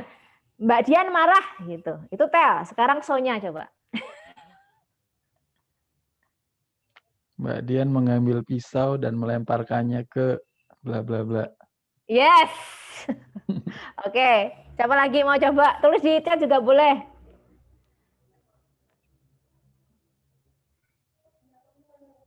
Apa yang gampang? Yang susah? Mau yang gampang apa yang susah? Ya Mbak Dian marah itu sebenarnya marah itu bisa macam-macam ya. Matanya melotot, suaranya menggelegar. Ya gitu. Itu ya contohnya ya. Oke, terus kita ke tadi itu. Gimana kita menemukan voice ya? Karena gaya tulisan kita kalau bisa tuh beda sama yang lain. Ya. Tujuannya kita menginformasi, kita menginfluence, kita mengekspresikan, sekaligus menghibur. Nah, cara kita punya suatu voice yang khas, itu kita tanyakan, apa sih value, nilai yang kita anggap paling penting? Gitu. Mbak Ira ketahuan lah, dia kesetaraan gender ya. Jadi kalau kita tahu Mbak Dewi Lestari, itu buku-bukunya kebanyakan cerita tentang pencarian jati diri. Jadi seri Supernova-nya itu ya kayak si Elektra itu dia pencarian jati diri juga, Akar dan lain-lain itu umumnya dia tentang pencarian jati diri. Jadi value apa yang kita paling anggap penting gitu. Kalau aku dulu zaman awal-awal itu aku bagaimana para santri menghadapi friksi antara kehidupan modern yang harus dihadapi karena dia sebagai seorang yang hidup di masa sekarang sama nilai-nilai tradisional pesantren. Nah, itu value yang aku selalu angkat dalam cerita. Ini teman-teman cari supaya punya ciri khas, punya voice.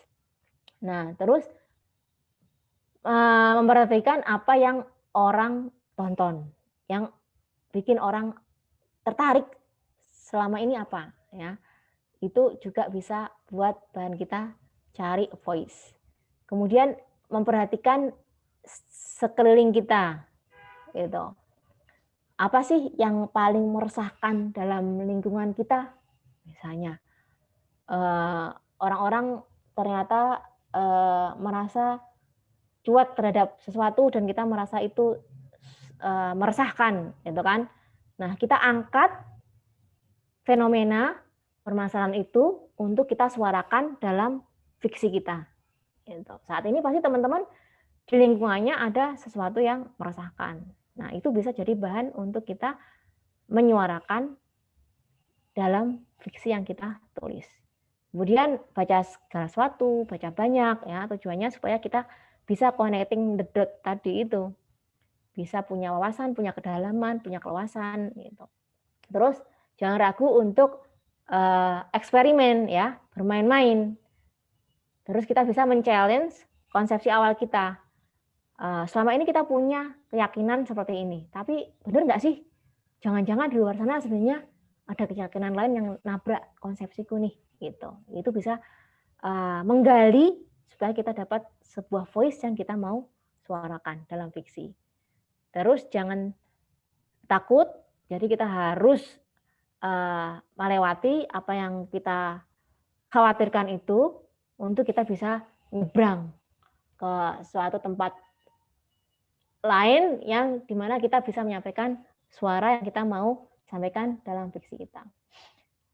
Kayak kemarin itu aku baca di timeline Twitter, ada orang yang kepikiran bahwa dia mau nulis hubungan antara sastra dan pertanian gitu.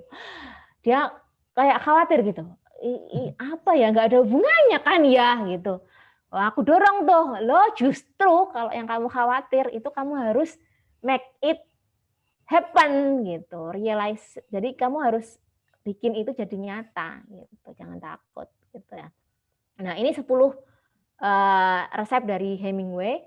Jadi kalau kita misalnya punya ide, itu kita eram kayak si ayam mau menetaskan telurnya, itu kan dia angkremi ya. Angkremi itu bahasa Indonesianya apa? Jadi kalau kita udah punya ide, itu kita mesti awang-awang terus, kita angan-angan terus.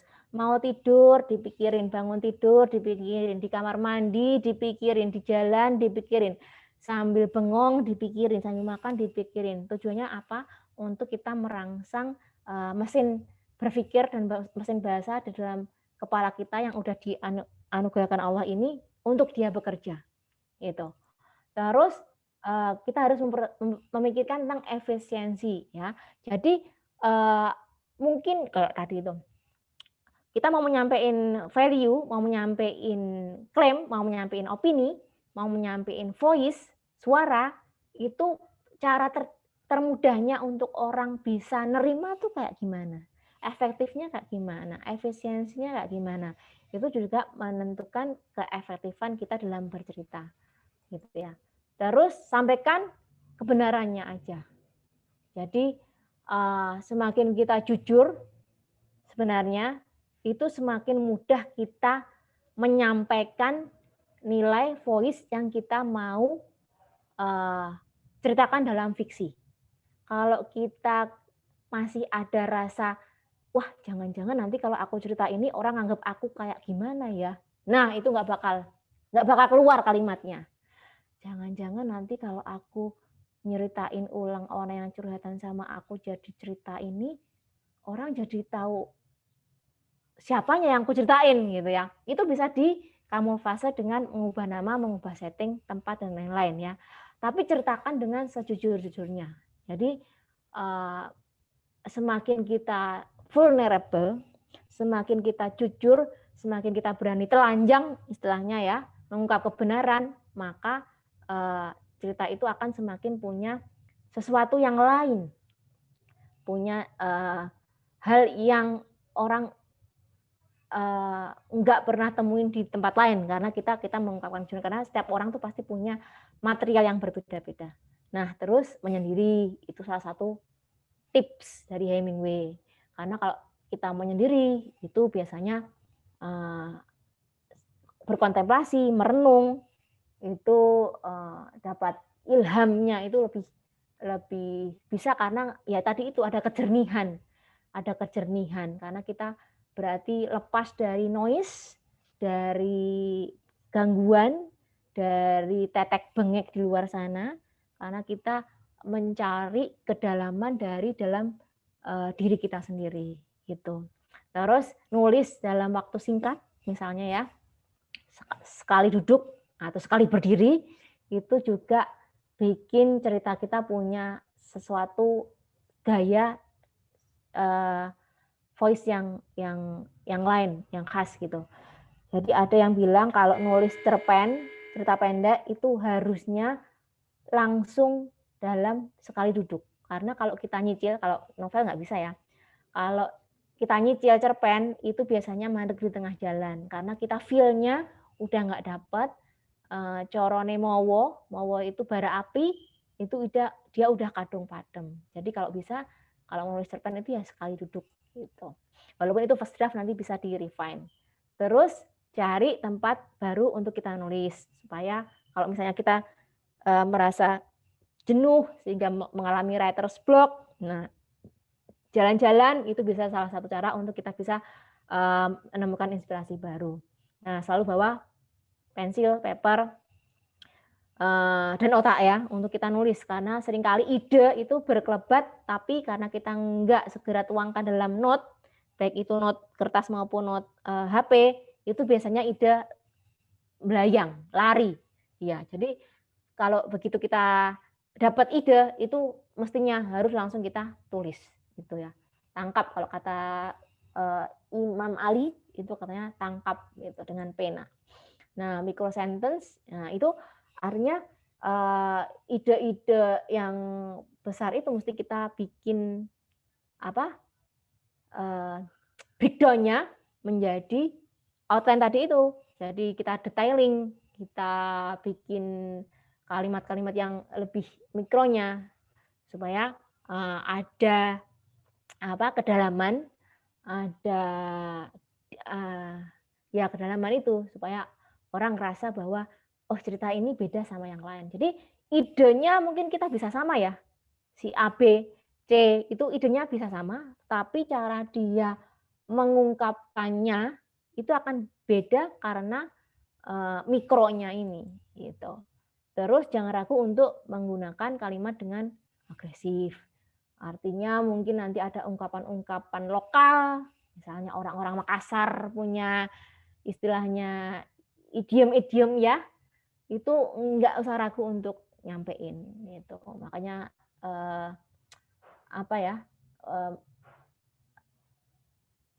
perbendaharaan kata itu kadang-kadang ya kita dapat dari banyak bahan yang kita baca sih, banyak bahan yang kita dengar gitu.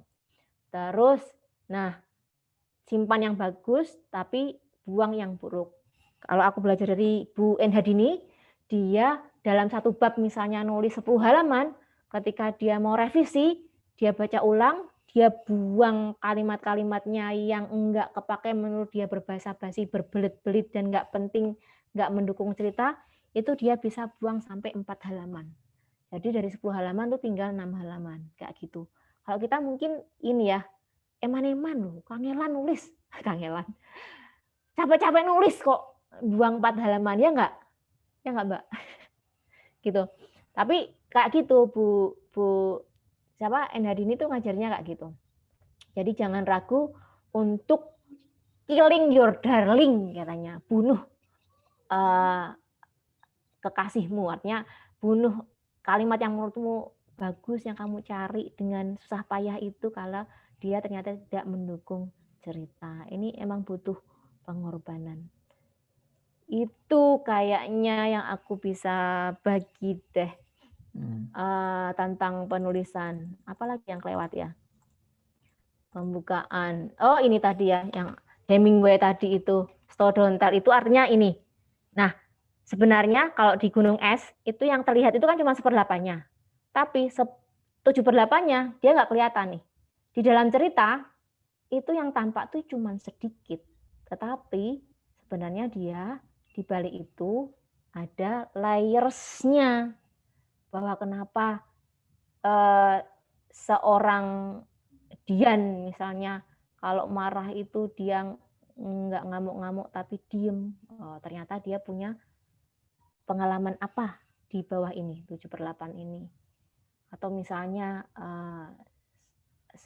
seorang tokoh menyikapi suatu kejadian buruk yang menimpanya dengan aksi yang berbeda dengan orang yang lain. Ternyata dia punya trauma di sini nih, yang 7/8. Jadi yang tampak, yang di-show-kan, yang ditampilkan dalam adegan, itu sebenarnya 1/8. Tapi 7/8-nya itu sebenarnya di belakang itu. Ya, ini lokomotif bahasanya kita harus banyak baca. Nah, mengenal puisi, karena puisi itu ya sebenarnya dia ekstrak ya, saripati dari kata-kata. Jadi kita kalau baca puisi, satu kata itu kadang-kadang bisa menggambarkan 10 kata yang lain atau banyak kata yang lain. Itu semakin kita banyak mengenal puisi, maka diksi kita semakin bagus. Terus membaca berseragam, misalnya kita baca tulisannya Pram semua, baca tulisan Budi Dharma semua, Seno Gumira Adidharma semua, itu dalam rangka kita menginput kepala kita dengan suatu pola tertentu. Nah, nanti kita di belakangnya bisa kita variasi dengan gaya kita sendiri. Gitu. Terus, nah untuk kita bisa tahu cerita kita bagus apa enggak, ya harus kirim ke media, ke penerbit supaya tahu bahwa itu bagus apa enggak, gitu ya. Nah, terus ini penting juga karena kadang-kadang kita tuh tergoda untuk punya orang-orang kok pada punya buku ya, kok orang-orang pada punya, kok menerbitkan semua ya gitu. Orang-orang kok ini gitu. Tapi kalau misalnya kita fokusnya pada kualitas, kita nggak ngejar itu, kita nggak ngejar keterkenalan, kita nggak ngejar uang bahkan mungkin, tapi kita ngejarnya kualitas. Jadi nggak usah tergoda yang itu sih gitu. Nah, ini isi plausibilitas, artinya dalam cerita itu fiksi, meskipun dia fantasi, surrealis, tetap harus bisa dinalar dengan sudut pandang plausibilitas. Jadi misalnya Harry Potter pun ya, misalnya itu kan dia fantasi ya, tapi pasti ada limitnya tuh, dia nggak boleh lewat dari skenario yang udah ada dalam kepala penulisnya. Kemudian suspense, ada tegangan yang harus kita taruh dalam fiksi ya. Tegangan itu bisa pakai foreshadowing yang tadi aku kasih tahu, kasih dikit-dikit di depan tapi dibongkar di belakang, atau pakai teknik flashback. Ada unsur surprise, kejutan. Kemudian unity tadi itu benang merah, dan ending itu bisa terbuka atau tertutup. Paling gampang nulis yang paling dekat dengan kita. Nah, terus tulisan yang bagus itu juga biasanya dia pakai metafora. Misalnya kalau aku di novel Lelaki Pertama itu bikin metaforanya itu hubungan percintaan, aku metaforain dengan takikan dan sambungan kayu-kayu dalam konstruksi struktur arsitektur gitu. Metafora teman-teman bisa pakai apa ya? Hewan atau tumbuhan atau peristiwa-peristiwa yang lain. Nah, terus variasi panjang pendek kalimat. Nah, ini 5 indera untuk menghidupkan cerita. Nah, orisinil karena kita punya tadi itu sudut pandang dan kejujuran ya. Banyak baca, struktur tadi udah kita bahas. Nah, penting harus meninggalkan kesan cerita itu ya, supaya ketika si pembaca udah menutup buku kita, tapi karakternya kemudian adegan-adegannya tetap memorable, tersimpan dalam kepala si pembacanya. Gitu. Ya, oke. Itu tipu cufat. Ini katanya tiap hari minimal nulis 2-3 paragraf. Nah, ini menurut si Gabriel ada 7 tips. Tulis apa yang kita tahu, karena itu paling gampang ya. Karena akan susah nulis yang kita nggak tahu. Terus tulis sesuatu yang dari masa kecil kita. Yang aku pernah dapat dari grupnya Wahana Mas Salman Aristo itu, kita disuruh memejamkan mata, kita suruh bayangin peristiwa yang paling berkesan, baik itu bagus ataupun jelek dari kehidupan masa kecil kita, dan kita bisa mengembangkan cerpen dari bayangan yang kita dapat waktu kita memejamkan mata itu.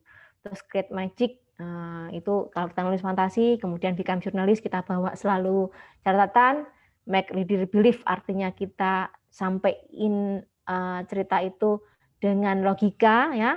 Ada tadi itu kausalitas, kemudian text sensual lips itu connectivity, artinya misalnya mata biasanya melihat, itu mata bisa mendengar gitu. Jadi ada lompatan-lompatan sense. Kemudian light in political allegories, kita pakai perumpamaan-perumpamaan. Ini checklist kalau kita mau bikin cerita yang bagus seperti apa, ada kedalaman, ada keluasan, ada persisten, emotion, distinct ya. Terus dia harus relate dengan si pembaca. Kalau si pembaca merasa ketika membaca tulisan kita, dia merasa, oh ya nih aku pernah ngalamin kayak gini, oh ini harusnya nggak kayak gini nih gitu. Itu berarti kita relate kepada pembaca, karena kita mungkin menyelesaikan masalah-masalahnya gitu. Nah, ini creativity sweet spot. Biasanya kalau kita mau nulis itu pasti nunda-nunda ya kan, karena ngerasa nggak bisa nih, aku kayaknya jelek bakalan nulis kayak gini. Nah, itu creativity sweet spot itu berada di antara waktu penundaan kita dan orang yang tergesa-gesa. Artinya gini, ada yang orang nulis itu tergesa-gesa, langsung nulis aja. Kadang-kadang dia bagus, tapi ada juga yang akhirnya mentah gitu kan. Nah, creativity sweet spot itu ada di antaranya. Nah, dalam kita proses menulis itu tahapan ini seringnya kita lewatin. Pertama kita ngerasa tulisan ini bagus ya kayaknya ya. Tapi habis itu kita ngerasa, loh kok kita elek ya, kok tricky ya gitu. Habis itu ngerasa, waduh jelek banget ini tulisan. Aku sebenarnya gak iso nulis gitu. Tapi setelah kita baca-baca lagi, terus kita revisi-revisi lagi, oh kayaknya ini bisa deh diperbaiki. Nah terus akhirnya kita sampai mungkin nggak ngerasa sempurna, tapi ngerasa bahwa oh bisa ini tulisan dibungkus. Gitu proses kreatif yang sunatullah pasti kita lewatin. Nah hambatan menulis biasanya gini, takut, ragu-ragu, kita butuh waktu, milestone, tidak tahu bagaimana mulai, kita mulai dari satu huruf, satu kata. Kemudian kalau kita macet berarti kita kurang menguasai materi, terus kita butuh bikin outline. Kalau klise berarti kita harus banyak baca, punya mindset of the box. Kalau kita malas berarti harus pakai mantra Allahumma pekso. Ingat motivasi kita, tujuan kita nulis fiksi itu apa? Misalnya mengubah pikiran orang, meng-shift paradigma mindset orang. Nah itu bisa jadi motivasi kita untuk enggak males. Terus kalau belum punya ciri khas berarti kita mesti cari voice dan keep short our voice. Nah ini resepku, banyak baca, banyak belajar, banyak latihan, terus brainstorming dengan orang-orang karena kadang kita macet, tapi kalau kita ngobrol nanti kita dapat alternatif solusi, kemudian banyak merenung, banyak kontemplasi. Gitu kayaknya yang aku bisa bagiin. Nanti teman-teman nulis 6-10 halaman cerpen ya. A4 TNR 12 spasi 1,5. Kirim kemana Mbak? Boleh Ya, kirim aja ke kita. Ke WA apa ke? Iya, lewat WA aja boleh. Ya, nanti kirim ke WA-nya Mbak Ira. Boleh. Oh ya. Iya, sip. Kita di follow up-in aja. Ya, iya harus. Ini harus jadi kesempatan ya. Semuanya. Ini ada berapa orang nih kita di sini? Apalagi itu tadi Mbak Lili tulisannya udah bagus banget. Dikembangin lagi. Iya. Aku yakin kok itu teman-teman pasti bagus-bagus. Pada tertarik kan ya? Kita buat project. Aku pengennya ada produk gitu loh. Kemarin juga. Zoom.us has new window. Sebentar nih apa? Ya, tadi Mas Daru ya mau bicara. 6 sampai 10 halaman ya Mas. Double space. 1,5 spasi tadi. 1,5. Oke. Ya. Tapi sebentar kita harus ada deadline nih. Oh iya, deadline penting. Deadline. Karena aku pernah ngajuin di kita punya cohort ya, cohortku itu penerima beasiswa Ford Foundation. Jadi aku buat tour gitu ya, aku undang teman-teman untuk menulis. Tanya ya, aku sudah buat tour, kemudian aku sudah tentuin deadline, kemudian aku perpanjang deadline. Tulisannya ada cuman tulisanku doang. Sampai deadline-nya udah diperpanjang. Banyak yang pengen ikutan sampai 25-an, 30 ada sama temanya. Aku udah list tuh semuanya. Gitu. Jadi aku inisiasi untuk buat itu, tapi nggak ada yang satu tulisan masuk. Ya udah, nggak jadi. Jangan takut jelek, jangan takut salah. Itu sebenarnya kuncinya. Nggak apa-apa jelek. Jadi di setup aja mau berapa lama deadline-nya. Kita tawarin aja tuh berapa lama mau. Untuk berapa waktu. Seminggu mau nggak? Ojo, jangan. Jangan seminggu ya. Hah? 2 minggu? 2 minggu, 2. Ya, 2 minggu kayaknya cukup deh. Gimana teman-teman? Lupa Mas Farid. Berapa? 10 hari? 10 hari? 10? Yang lainnya gimana? Mentah aja nggak apa-apa. Mentah dulu nggak apa-apa. Ita, makasih ya Ita ya. Udah Mbak Ita, jadi relawan JBI. Maaf aku kecepatan ya. Masih banyak. Oke. 10 hari. 2 minggu. 2 minggu deh, 2 minggu lah. Idealnya 2 minggu lah. Ya. Boleh. Jadi teman-teman, kalau ternyata dalam 2 minggu nggak ada 6 halaman, kirim. Oke. Ya, sedapatnya. Nanti ntar kita bisa kembangin. Tapi paling nggak kita punya itu tadi, punya raw materials. Ini cerpen ya? Bentuknya. Cerpen. Tapi aku yakin kayaknya apa Mbak di ini apa? Dulu Mbak share screen-nya itu di stop dulu. Stop dulu ya, oke. Aku Ita sebelum leave foto dulu Ita, biar ada fotonya Ita. Mbak Ita. Jangan leave dulu, ayo foto dulu kita, kameranya di-on-in dulu. Iya, ada Mas Widi. Kenapa itu? Itu siapa? Ita ya? Mau belajar. Aku juga mau belajar, Ita, bahasa isyarat. Enggak, biasanya sebelum acara biasanya saya nanya-nanya dulu isyarat ke tulinya. Kadang-kadang ada perbedaan ya? Ya. Dan biasanya memang saya belum ini ada kata-kata yang belum saya tahu isyaratnya, ya saya tanyakan dulu ke tulinya. Kemungkinan untuk munculnya kata-kata itu ya kalau saya tidak tahu, itu saya tanyakan dulu ke tuli yang jadi peserta biasanya. Iya. Ada di kita ada 3 orang tuli di keluarga Livestock. Kalau Ita, nama bahasa isyaratnya apa? Dua tangan ini. Tangan kanan. Tangan oh kanan. Gini.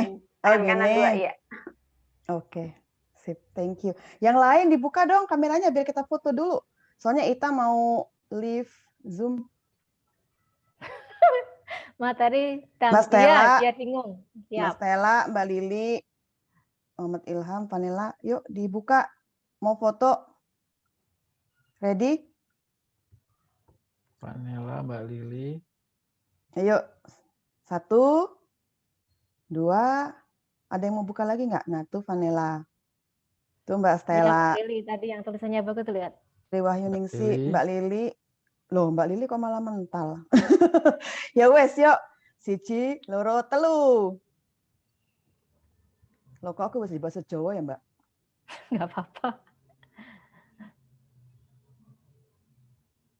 Senyum ya. Oke. Dan oke Mbak Ita, makasih. Makasih.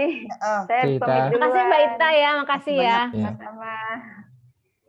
Ya, jadi buat buat catatan lagi, kita punya deadline bikin cerpen 6-10 halaman, spasi 1,5 dikumpul. Mas, diulang dong ya. foto bersamanya. Oke. Siapa nih yang minta? Mbak Lili, Mas. Lili. Oke, sip. Mbak Itanya udah. Ready? Nanti kita susulin. Mas Daru, monggo. Mamanya, maminya Arik. Vanilla dibuka lagi, ya. Siapa lagi? Mas Ilham. Mau buka videonya? Oke, 1, 2, 3. Oke, sip. Terima kasih. Oke, sip. Jadi sekali lagi, dalam waktu 10-2 minggu, store tulisan dalam bentuk cerpen, 6-10 halaman, 1,5 spasinya ya, dikirim ke WA-nya Ira atau ya ke WA-nya Ira. Atau di tengah perjalanan dalam 2 minggu kalau ada yang mau nanya-nanya boleh japri juga ya. Misalnya ada yang mau tanyain supaya misalnya nggak ya butuh-butuh ngobrol-ngobrol nggak apa-apa. Ya, terima kasih sekali Mbak Dian. Untuk sesi ini ada yang mau ditanyain khusus? Kita udah selesai. Presentasi Mbak Dian sudah selesai, jadi nanti kita bisa langsung praktek. Kalau ada pertanyaan yang teknis, silakan sebelum nanti ditutup. Tidak ada? Tidak ada. Ya, jadi presentasi Mbak Dian tadi sangat penting bukan karena memberi kita pengetahuan dan informasi dari segi teknis ya, cara menulis, tapi juga banyak sekali hal-hal yang bersifat perspektif atau way of thinking, sehingga kita bisa menjadi punya cara pandang yang baik terhadap menulis itu. Seperti saya tadi bilang, saya pikir kalau nulis cerpen itu asal nulis aja, ternyata ada proses-proses tertentunya seperti itu. Harus sama membacanya juga seperti menulis non-fiksi ya. Jadi itu informasi yang sangat penting. Terima kasih banyak Mbak Dian. We really appreciate it. Tanpa dikasih honor sudah bersedia berbagi pengetahuan dan informasi, apalagi sampai tuntas. Semoga proyek kita bersemangat ya untuk mengerjakan proyek ini. Terima kasih banyak. Ini kesempatan banget. Saya selalu mencoba bikin cerpen tapi selalu gagal. Sampai saya mikir saya mungkin nggak punya bakat seperti itu. Tapi moga-moga ini akan jadi kesempatan kita. Terima kasih banyak Mbak Dian. Terima kasih sudah untuk semua yang sudah hadir juga. Tetap bersemangat. Kita tunggu dalam waktu 10 sampai Ya, semangat. 2 minggu ya. Mudah-mudahan Ternyata bisa ya. jadi ada produk ya, Mbak ya, bisa Iya. kita terbitkan Semangat. bareng-bareng. Amin, amin. Keluarga Let's Iya. Talk. Pengennya juga yang non fiksi juga begitu sebenarnya kemarin gitu loh. Ya, nanti kita ini. Kita ada. Pokoknya nanti saling ngingetin ya.